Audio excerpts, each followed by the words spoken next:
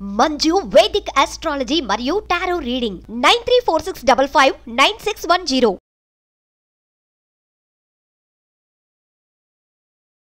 నమస్తే, welcome to Suman TV. నేను మీ యామ్ని. ప్రస్తుతం మనతో ఉన్నారు ప్రముఖ ఆధ్యాత్మికవేత్త, ప్రముఖ జ్యోతిష వాస్తు పండితులు సుభాష్ శర్మ గారు ఉన్నారు. వారితో మాట్లాడదాం. నమస్కారం గురుగారు. శ్రీమాత్రే నమః. గురుగారు, మనకి జనవరి 22వ తారీఖున అయోధ్యలో అంటే రామ మందిరం ప్రారంభిస్తున్నారు కాబట్టి దానికి సంబంధించిన అక్షింతలు అనేది ప్రతి ఇంటికి వెళ్ళినాయి. అసలు ఈ అక్షింతలు అనేది ఏం చేయాలి ఏంటనేది కొంతమందికి తెలియదు. అసలు ఏం చేయాలండి? తప్పకుండా తెలియజేస్తారమ్మా. ముందుగా ప్రేక్షకులందరికీ శ్రీమాత్రే నమః, శ్రీ గురుభ్యో నమః. జ్ఞానినాంనపి చేతాంసి దేవీ భగవతీ హిత బలాయ కృష్ణమోహాయ మహామాయ ప్రయశ్చతి.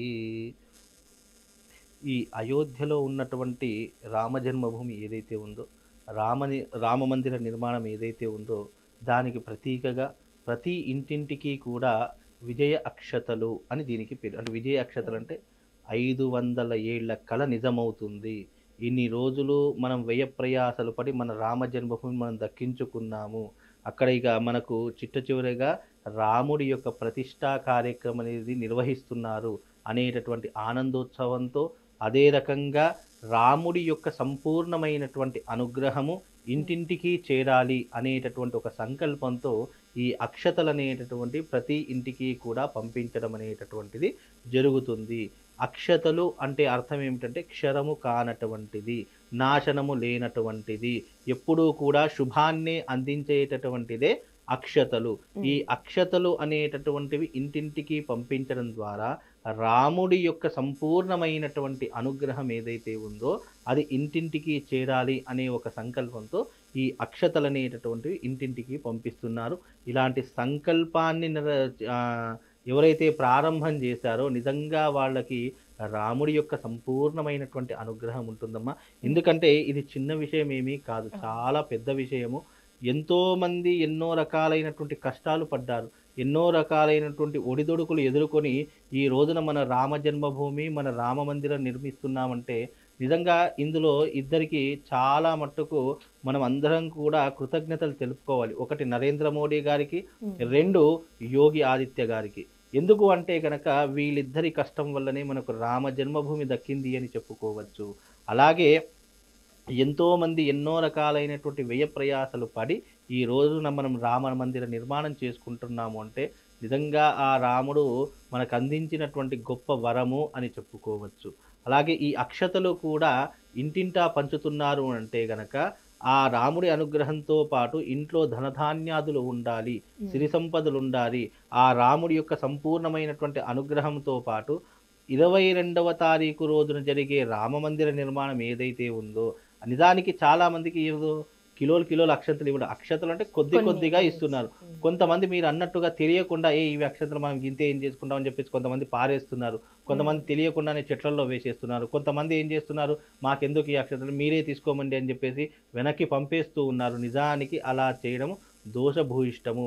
అవి ఇన్నిచ్చినా సరే మీ ఇంట్లో ఇబ్బంది ఉంది కదా, ఆ బియ్యం తీసుకొని వెళ్ళి బియ్యం డబ్బాలలో వేసుకోండి, లేదు అంటే మీ పూజా మందిరంలో పెట్టుకోండి, లేదు అనంటే 22వ తారీఖు రోజున జరిగే ఆ రామ మందిర ప్రతిష్టాపన ఏదైతే ఉందో ఆ జరుగుతున్నటువంటి సమయంలో ఆ అక్షతలు కాస్త తీసుకొని మీ పిల్లల మీద వేయండి, అలాగే మీ తలపైన చల్లుకోండి. అలా వేసుకోవడం ద్వారా రాముడి యొక్క సంపూర్ణమైనటువంటి అనుగ్రహంతో పాటు ఆ శ్రీరాముడు మీ ఇంట్లో కొలువుదీరాడు అనేది ఒక ఏదైతే భావన ఉంటుందో ఆ భావన మీ మనసులో కొని తెచ్చుకోండి. అప్పుడు మీకు రాముడి యొక్క సంపూర్ణమైనటువంటి అనుగ్రహము దక్కాలి అనేటటువంటి ఒక సంకల్పంతో ఇంటింటికి అక్షతలు చేరవేస్తున్నారు. ఆ అక్షతలు కూడా ఏదో ఇచ్చినటువంటివో తీసుకొచ్చి రాముడికి అయోధ్య ఉన్నటువంటి కాలం నుండి రాముడు అక్కడ చిన్న విగ్రహం ఉంటుంది, రాముడి యొక్క విగ్రహము, దానికి రోజు అర్చన చేసేటటువంటి అక్షతలు, రోజు పూజించేటటువంటి అక్షతలు, వాటన్నిటిని ఏం చేశారంటే ఈ అక్షతలు రాముణ్ణి పూజించినటువంటి అక్షతలు ఇంటింటికి చేరాలి. రాముడి యొక్క ప్రతిష్టాపన జరుగుతున్నటువంటి సమయం వరకు అవి ప్రతి ఇంటికి చేరాలి అనే ఒక సంకల్పం ఏదైతే ఆ ట్రస్ట్ వాళ్ళు చేశారో నిజంగా అది నా భూతో నా భవిష్యతి, ఒకటా రెండా కొన్ని కోట్ల మంది ఇంటికి అవి చేరవేస్తున్నారు అంటే నిజంగా ఆ ట్రస్ట్ వాళ్ళకి రాముడి యొక్క సంపూర్ణమైనటువంటి అనుగ్రహం ఉండాలి. దీనికి తోడుగా మనకు రామ జన్మభూమి నిర్మించడానికి, ఆ అయోధ్య మందిరం నిర్మించడానికి పడుతున్నటువంటి కష్టాలు, ఇబ్బందులు, ఎన్నో కష్టాలు దాటుకొని దేదీవ్యమానంగా వెలిగిపోతున్నటువంటి ఆ రామమందిరం నిజంగా కొన్ని సార్లు చూస్తే ఎంత అద్భుతంగా చేశారు అనేటటువంటి స్థితి కనిపిస్తూ ఉంది. ఆ రాముడి యొక్క ఒక్కొక్క శిల్పి అక్కడ ఎక్కడెక్కడి నుంచో శిల్పులు వస్తున్నారు. మొన్న రాముడి యొక్క పాదుకలు అని చెప్పేసి మీ సుమన్ టీవీలో చూశాను. నిజంగా ఆ రాముడి యొక్క పాదాల మీద ఆ కలశము కానివ్వండి, ఆ పతాకం కానివ్వండి, ఆ యొక్క ధ్వజము కానివ్వండి, అలాగే రాముడు పట్టుకున్నటువంటి ఏవైతే బాణములు ఉంటాయి, నిజంగా ఒక్కొక్కటి చేయిస్తున్నారమ్మా. నిజంగా ఆ రాముడిని దర్శించుకోవాలి అనేటటువంటి కుతూహలం కూడా కలుగుతుంది. కనుక అక్షతలు అనేటటువంటివి రాముడి యొక్క సంపూర్ణమైనటువంటి అనుగ్రహాన్ని మీరు పొందడానికి ఈ అక్షతలు అనేటటువంటివి మీ ఇంటికి పంపిస్తున్నారు. అలాగే 22వ తారీఖు రోజున ప్రతి ఇంటి మీద, ప్రతి ఇంటి దగ్గర అందరూ కూడా 5 దీపాలు వెలిగించుకోవాలి. ఆ దీపాలు కూడా 2 మీ పూజా మందిరంలో వెలిగించుకోండి. మిగతా 2 దీపాలు మీ మెయిన్ ప్రధానమైనటువంటి గుమ్మం ఎక్కడైతే ఉంటుందో అక్కడ పెట్టుకొని, ఇక పైనుంచి ఆ రాముడు ఎక్కడ చూసినా దీపాల కాంతులు కనిపించాలి. 22వ తారీఖు రోజున చెప్తున్నానమ్మా, రాముడు తప్పకుండా ఈ భూమండలమంతా తిరిగి అయోధ్యలో వచ్చి కూర్చుంటాడు.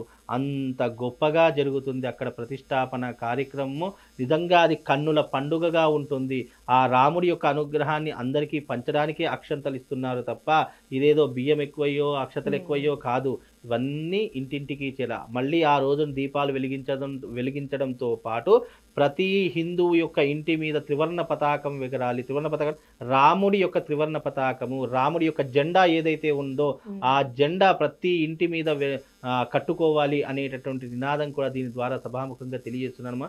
ప్రతి హిందువు యొక్క ఇంటి మీద ఆ రోజున రాముడు, లక్ష్మణుడు, సీత, ఆంజనేయ స్వామి ఉన్నటువంటి ఏదైతే ఆ యొక్క పతాకం ఉంటుందో ఆ పతాకము అందరి ఇంటి మీద ఎగరాలి. ఆ రోజున ఎక్కడ చూసినా కూడా హిందువులందరూ కూడా కాషాయం ధరించి ఆ రాముడి యొక్క నామ సంకీర్తన చేస్తే గనక నిజంగా ఆ రాముడు ఆ దివి నుండి భూలోకానికి వచ్చి మనందరినీ కూడా ఆశీర్వదిస్తాడు. కనుక ఆ అక్షతలు అందరూ ఆశీర్వచ రూపకంగా తీసుకోవాలి. మీ ఇంట్లో ధనధాన్యాలు సమృద్ధిగా ఉండాలి అనే సంకల్పంతో తీసుకొని అవి సాక్షాత్తు భగవంతుడు ఇచ్చాడు. ఇంకోటి దీంట్లో చెప్పవలసిన విషయం, ఎవరైతే అక్షతలు ఇస్తున్నారో నిజంగా కారణ జన్ములు అని చెప్పుకోవచ్చు. ఎందుకంటే ఒక్కొక్కరు ఆ సేవ చేసుకుంటున్నారంటే నిజంగా వాళ్ళందరూ కూడా వానరులు అని చెప్పుకోవచ్చు. ఎందుకంటే ఈ కలియుగంలో అంత సేవ చేసుకుంటున్నారు, అంత అదృష్టాన్ని పొందుతున్నారంటే నిజంగా ఒక్కొక్కరు ఒక్కొక్క ఆంజనేయ స్వామితో సమానము అని చెప్పుకోవచ్చమ్మా. నిజంగా వాళ్ళందరికీ కూడా రాముడి యొక్క సంపూర్ణమైనటువంటి అనుగ్రహం కలుగుతుంది. ఎందుకంటే ఇప్పుడు మన ఇంటి పని మనం చేసుకోవడానికి ఇంత ఇబ్బందులు పడుతున్నాం, మన ఇంటి పని మనం చేసుకోలేక మనమే పక్కనింటి వాళ్ళకి చెప్తున్నాం. అలాంటిది ఎంతో కష్టపడి ఎంతోమంది ఊర్లలో కానీ, సిటీలలో కానీ, పల్లెలలో కానీ చాలా చక్కగా రాముడి మీద ఉన్నటువంటి భక్తి పారవశ్యంతో ఇంటింటికి తిరిగి అక్షతలు ఇస్తున్నారంటే నిజంగా వాళ్ళందరూ కూడా నిజంగా ఆ రాముడి కాలం నాటి వానరులు అని చెప్పుకోవచ్చు. ఎందుకంటే రాముడు యుద్ధం చేసే సమయంలో ఆంజనేయుడు ఎంతనైతే సహాయపడ్డాడో అలాగే ఆ రామమందిర నిర్మాణం కోసం ఇంతమంది ఇంటింటికి అక్షతలు చేరవేస్తున్నారంటే నిజంగా కారణ జన్ములు అని చెప్పుకోవచ్చు.